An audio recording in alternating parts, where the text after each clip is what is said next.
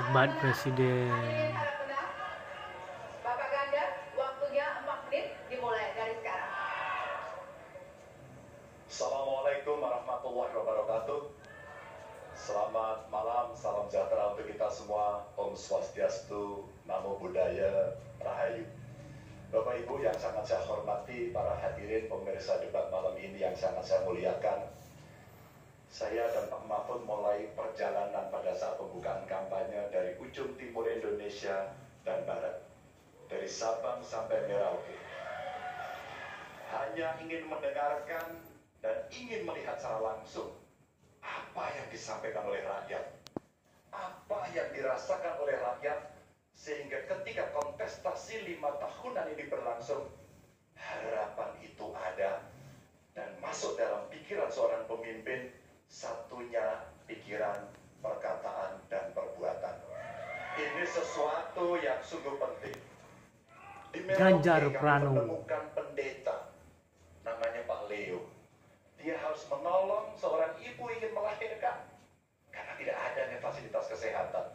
Dan dia belajar dari YouTube sesuatu hak kesehatan yang tidak bisa didapat. Maka kita sampaikan kepada pendeta Leo, kami akan bangunkan itu dan kami akan kerahkan seluruh Indonesia bahwa satu desa, satu puskesmas atau pustu dengan satu nakes yang ada. Pak Mahfud juga menyampaikan kepada para guru yang ada di Aceh, di Sabang sana. Ada juga guru agama di sana. Kita ingin membangun Indonesia yang hebat dengan SDM yang unggul. Tapi apakah kita sudah memperhatikan mereka? Tentu kemajuan yang selama ini ada mesti kita lakukan jauh lebih cepat, lebih satset, dan perhatian itu mesti diberikan. Dan itulah di sana kita memperhatikan nasib para guru, termasuk guru agama. Insentif kepada mereka kita berikan agar mereka bisa mengajarkan budi pekerti yang luhur dengan moderasi agama yang ada. Bapak Ibu, cerita ini belum cukup. Saya berjalan ke NTT. Kami ketemu dengan masyarakat yang ada di sana. Pak Ganjar, kenapa kami anak muda tidak mudah mendapatkan akses pekerjaan, padahal itu hak kami? Kenapa kemudian kami mendapatkan kesulitan untuk akses internet, padahal kami butuh belajar? Tidak sama dengan yang di Jawa. Catatan inilah yang mendorong pikiran kami, internet gratis untuk para siswa yang sedang bersekolah, agar mereka punya kesamaan dengan kita semua yang ada di Jawa ini. Kami bergeser lagi, kemudian ketemu kawan-kawan penyandang disabilitas di NTB.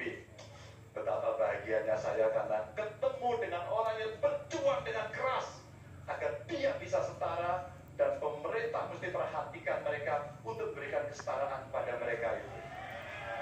Tapi Bapak Ibu, saya mendengar ketika demokratisasi mesti berjalan dan demokrasi mesti kita jaga bersama, ada Ibu Sinta yang ketika menyampaikan pendapat harus berurusan dengan aparat keamanan. Ada Melki, ketua BEM, yang kemudian ibunya harus diperiksa. Maka yang seperti ini harus usai. Dan mereka bisa mendapatkan kebaikan-kebaikan kalau governance terjadi. Maka yang ada di Kalimantan kami temukan. Masyarakat Dayak, mereka suku-suku yang ada, libatkan dong kami agar kami bisa mendapatkan akses yang sama. Semua ini bisa berjalan kalau kemudian pemerintahnya bersih.